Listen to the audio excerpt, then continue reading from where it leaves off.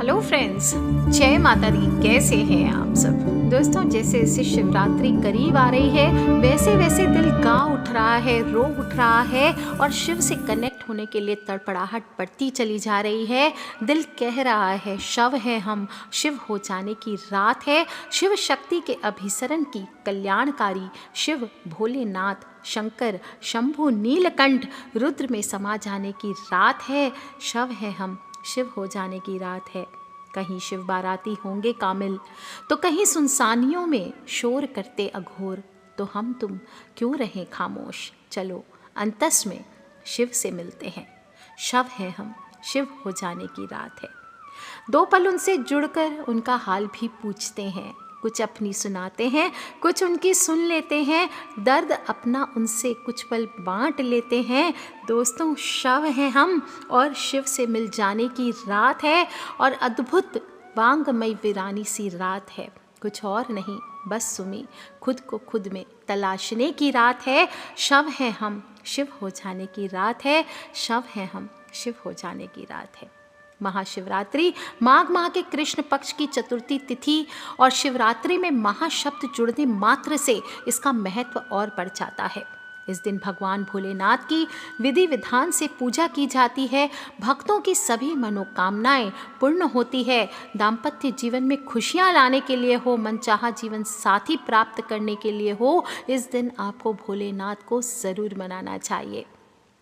ईशान संगीता के अनुसार फागुन कृष्ण चतुर्दश्याम आदि देवो महानिशि शिवलिंग तयो अद्भुतः कोटि सूर्य समप्रभ तत्काल व्यापिनी ग्राह्या शिवरात्रि व्रते तिथि, अर्थात फागुन माह के चतुर्दशी की मध्य रात्रि में आदि देव भगवान शिव लिंग रूप में प्रकट हुए थे और अमिट प्रभा के साथ इस दिन उद्भूत हुए थे। और इस रात्रि को काल रात्रि और सिद्धि रात्रि भी कहते हैं। और जो भक्त इस रात्रि में शिवलिंग की पूजा करता है, भगवान शिव सदैव उन पर अपनी कृपा दृष्टि बना कर रखते हैं।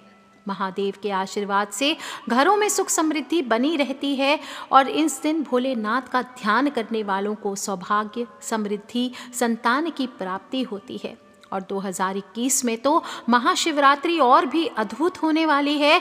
महारात्रि पर शिव योग बन रहा है, साथ ही घनिष्ठा नक्षत्र होने वाला है। चंद्रमा मकर राशि में विराजमान रहेगा। मकर राशि के स्वामी कौन होते? शनि देव। तो सोच लीजिए, गुरु शिष्य का योग होगा और बहुत ही धनदायी और संकट नाशक होने वाली है ये महाशिवरात्रि। अद्भुत रात्रि है और जो भी साधक इस रात्रि में चाहे तंत्र के द्वारा या मंत्र के द्वारा या यंत्र के द्वारा भोलेनाथ से कनेक्ट करते हैं, उन सभी के लिए चमत्कारिक रात्रि है। सभी गृहस्थ को चाहिए कि इस दिन महाशिवरात्रि के दिन महादेव की पूजा करें। उनको दूध, दही, घी, शक्कर, गंगा जल आदि से अभिषेक करें, बेलपत्र चढ़ाएं, चंदन चढ़ाएं।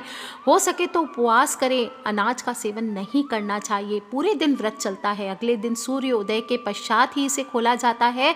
और शिवरात्रि व्रत रखने के पीछे देखा जाए तो वैज्ञानिक तरीके से समझ लीजिए बहुत बड़ा कारण है।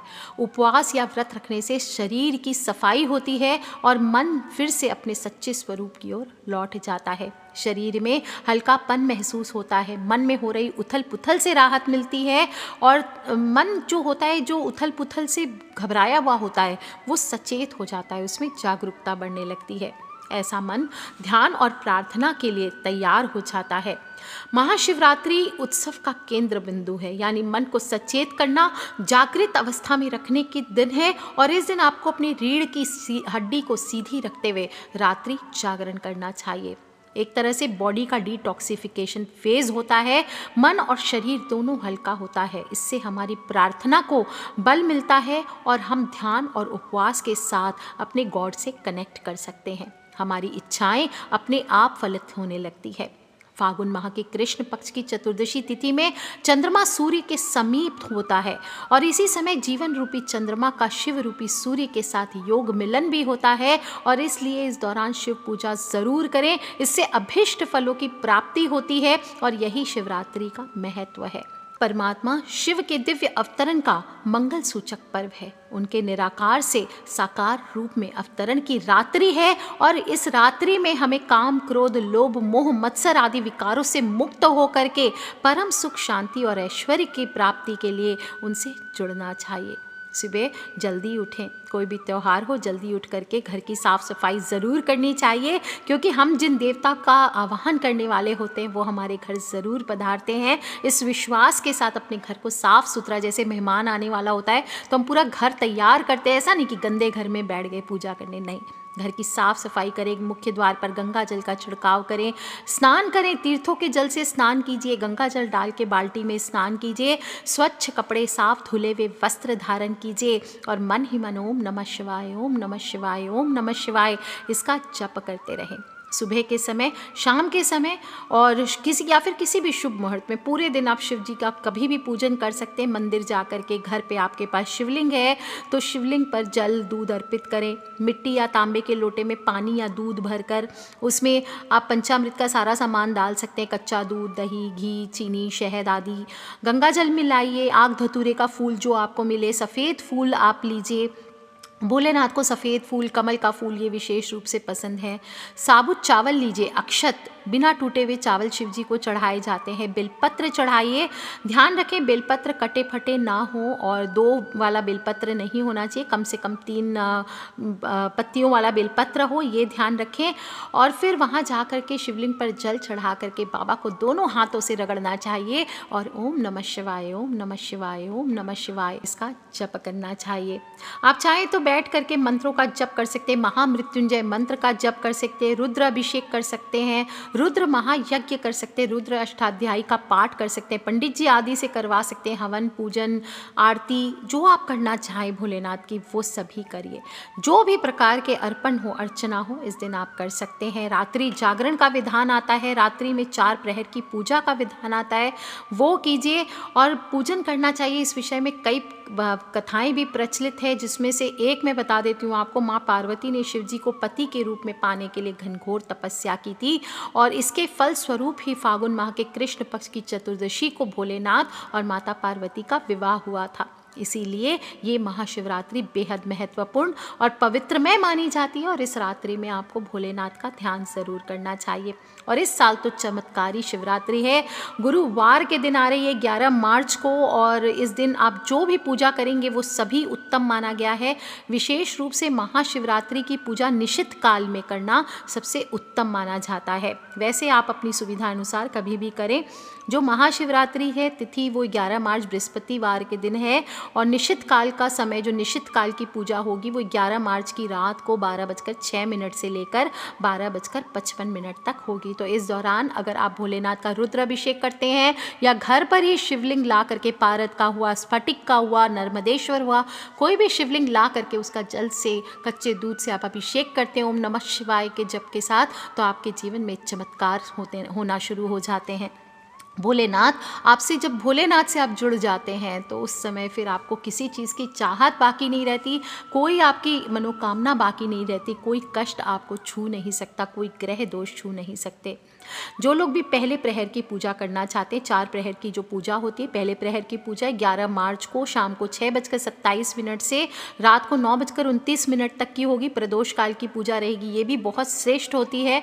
दूसरे प्रहर की पूजा 11 मार्च को रात को 9:29 से लेकर 12:30 बजे तक होगी, 12:31 तक। तीसरा प्रहर 12:31 से 3:32 तक और चौथे प्रहर की पूजा 3:32 यानी 12 तारीख की रात्रि आ जाएगी, मध्य रात्रि 3:32 से लेके सुबह 6:34 तक। जो लोग भी पारण करेंगे वो 12 मार्च को सुबह 6:34 से शाम को 3:02 तक कभी भी पारण कर सकते हैं। भोलेनाथ को कुछ चीज़ें पसंद है, जैसे भांग है, धतूरा है, केला है, भस्म है, चंदन है, बेर है, ये सभी चीज़ें आपको जो जो मिल सके वो आपको चढ़ानी चाहिए। इससे भोलेनाथ प्रसन्न होते हैं। लेकिन एक रूप उनका क्रोधित भी है, जितने भोले हैं उतनी जल्दी ही, जैसे छोटा बच्चा होता है ना, जितना जल्दी वो मानता है उतनी जल्दी रूठ भी जाता है। इसी तरह से भोलेनाथ भी जितनी जल्दी प्रसन्न होते हैं, वो कुछ चीज़ें उनको पसंद नहीं है उससे वो रूठ भी जाते हैं, और रूठ जाएंगे तो फिर वो क्रोधित होने के बाद तो भयंकर है, इसलिए उनको गुस्सा नहीं करना है, नहीं तो शिव पूजा के फलों की प्राप्ति नहीं होती है। कुछ चीज़ें मैंने लास्ट वीडियो में बताई है, अगर आपने अभी तक नहीं सुना है तो जाके सुन सकते हैं। वहाँ कुछ चीज़ें नहीं चढ़ानी चाहिए, जैसे हल्दी, कुमकुम, जो स्त्रियोचित चीज़ें होती है, नारियल का पानी आदि, ये नहीं चढ़ाया जाता। तुलसी का पत्ता नहीं चढ़ता, शंख से जल नहीं चढ़ाया जाता, और भी कुछ चीज़ें हैं, 10-12 चीज़ें, वो आप सुन लीजिए ध्यान से क्या क्या चीज़ें आपको शिव पूजा में नहीं चढ़ानी चाहिए। जो भी इस दिन आप व्रत करेंगे या नहीं करेंगे, भोजन सात्विक रखना है। जो भी भोजन करते हैं उसमें दाल, चावल, गेहूँ, सादा नमक का इस्तेमाल नहीं किया जाता है इस दिन सेंधा नमक से आप कुट्टू के आटे की पूरियाँ हुई, साबूदाने के बड़े, खिचड़ी आदि बना सकते, सिंघाड़े का हलवा, आलू का हलवा, समा के चावल, ये चीज़ें बना करके आप भोग लगाएं बाबा को, और खुद भी आपको प्रसाद के रूप में लेना चाहिए। कद्दू का सूप बना सकते हैं, जो कुमड़ा होता है उसका सूप बना करके सेंधा नमक डाल करके उसे उपयोग करें। और व्रत नहीं भी रख रहे हैं तो सात्विक भोजन ही करना चाहिए। पहले दिन रात्रि से ही सात्विक भोजन करें। मांस, मदिरा आदि का सेवन नहीं करना चाहिए। किसी भी गलत तरह के नशे आदि का, कुछ लोग कहते हैं भोले भंडारी भांग पीते थे, ये करते थे, इसलिए नशा कर लेते हैं, ऐसा ना करें, ये सब गलत तरीका है। इस दिन देर तक ना सोएं, सुबह जल्दी उठें जैसे मैंने बताया। और उठने के बाद भी ऐसा नहीं कि दोपहर को फास्ट किया है, खाना नहीं बनाना है, कुछ काम नहीं है तो आप दोपहर को सो गए, फिर रात में फिर सो गए, ऐसा नहीं। पूरे दिन भगवत नाम जप करते रहें, पाठ सुने, आरती सुने, अच्छे अच्छे भजन सुने भोलेनाथ के। बच्चों को भी इंक्लूड करें, फैमिली को इंक्लूड करें, सभी लोग हंसी खुशी परिवार सहित एक बार अपने दुख भुला करके साथ में मिल करके आपको इस व्रत को करना चाहिए। परिवार से छोटे छोटे बच्चों को भी कराइए। हमें याद है जब हम छोटे बच्चे थे तब हम फास्ट कैसे रखते थे। हमारे घर पे शिवरात्रि के दिन चूल्हा नहीं जलाती थी मम्मी, हम लोग को पाइनएप्पल का जूस पिला दिया जाता था, फ्रूट्स काट के दे दिया जाता था, ताल मखाने सेक के मम्मी पहले से रखती थी, नमक, सेंधा नमक डाल के, वो खा सकते हैं। इस तरह से बच्चों को भी शुरू से आदत डालिए, ये भी अच्छा होता है। और इस दिन आपको हेयर कट वगैरह नहीं कराने चाहिए, बाल नहीं, नाखून नहीं काटने चाहिए, शेविंग नहीं करानी चाहिए। जो औरतें हैं उनको बाल नहीं धोने चाहिए इस दिन। ये सब छोटी छोटी बातों का आपको ध्यान रखना चाहिए। स्नान करने के बाद काले रंग के वस्त्र धारण ना करें, ये ठीक होता है। काले रंग के वस्त्र, गहरे, जो भी तंत्र पूजा करते हैं वो धारण कर सकते हैं। रात को जो पूजा करेंगे उनके लिए मनाही नहीं है, ये गृहस्थों के लिए बताया जा रहा है। और ध्यान रखें जो भी भोलेनाथ को अर्पित किया हुआ, उनके शिवलिंग पे चढ़ा हुआ प्रसाद होता है वो आपको नहीं खाना चाहिए, वो गाय आदि को खिला दिया जाता है। दोस्तों, अपने स्वभाव को सात्विक रखें। सिर्फ खाने का व्रत नहीं होता है, अपने स्वभाव का भी व्रत रखना चाहिए। गुस्सा ना करें, क्रोध ना करें, शांत रखें मन को, और ओम नमः शिवाय का ज़्यादा से ज़्यादा जप करें। किसी से भी बुरा ना बोलें। ऐसा नहीं कि मंदिर आदि गए तो चुगली करें, बुराई करें, गॉसिप करें, उसने ये पहना है, उसने ये करा है, उसने ये कहा, ये सब चीज़ें आपको नहीं करना चाहिए। किसी पर भी बुरी दृष्टि नहीं डालनी चाहिए। किसी की दूसरे की चीज़ नहीं लेनी चाहिए, जिसे चोरी करना कहते हैं। झूठ नहीं बोलना चाहिए इस दिन। और कोई भी स्त्री हो पुरुष हो, एक दूसरे पे बुरी नज़र ना रखें कि कहीं गए हैं इधर उधर और वहाँ पे देख रहे हैं इधर पूजा पाठ चल रहा है, आप किसी और चीज़ में बिजी हैं, ऐसा काम ना करें। ब्रह्मचर्य का पालन करें। आपस में पति पत्नी को भी संग नहीं करना चाहिए। दोनों मिल करके, जैसे शिव पार्वती को मनाना है तो जोड़ी से आप अपने पति पत्नी सभी लोग अपने अपने जोड़े के साथ पूजन करें भोलेनाथ का, और शिव पार्वती का गठबंधन करना बिल्कुल ना भूलें।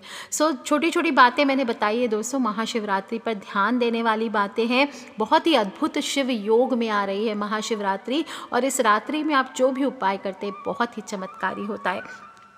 तो कर लीजिए आप भी उपाय दोस्तों, और खिलखिलाते रहें, मुस्कुराते रहें। सब्सक्राइब करके रखें ताकि आने वाले वीडियो से आप और मैं कनेक्टेड रहें, और अपने फ्रेंड्स, फैमिली, मम्मी पापा, भाई बहन, बच्चे सभी लोगों से शेयर करना बिल्कुल ना भूलें। और एक विशेष बात, जो निश्चित काल की पूजा है, अगर हो सके मैं चाहूँगी कि बृजनारी परिवार के मैक्सिमम लोग मध्य रात्रि को, यानी कि रात को जो निश्चित काल का मुहूर्त है 11 मार्च की रात को 12:06 से लेकर 12:55 तक, इस समय आप पूजन कीजिए। ये सर्वश्रेष्ठ होने वाला है। आपके पास अगर कोई सामग्री नहीं है, पूजा की शिवलिंग आदि नहीं है, तो आप सिर्फ बैठ करके सिर्फ सच्चे दिल से जप कीजिए ओम नमः शिवाय, और भोलेनाथ से कनेक्ट कीजिए। ये भी सर्वश्रेष्ठ होता है। कर लीजिए उपाय दोस्तों, खिलखिलाते रहें, मुस्कुराते रहें। सब्सक्राइब करके रखें ताकि आने वाले वीडियो से आप और मैं कनेक्टेड रहें, और अपने फ्रेंड्स, फैमिली, मम्मी पापा, भाई बहन, बच्चे सभी लोगों से शेयर करना बिल्कुल ना भूलें। Take care friends, love you all. जय माता दी, पम पम भोलेनाथ की।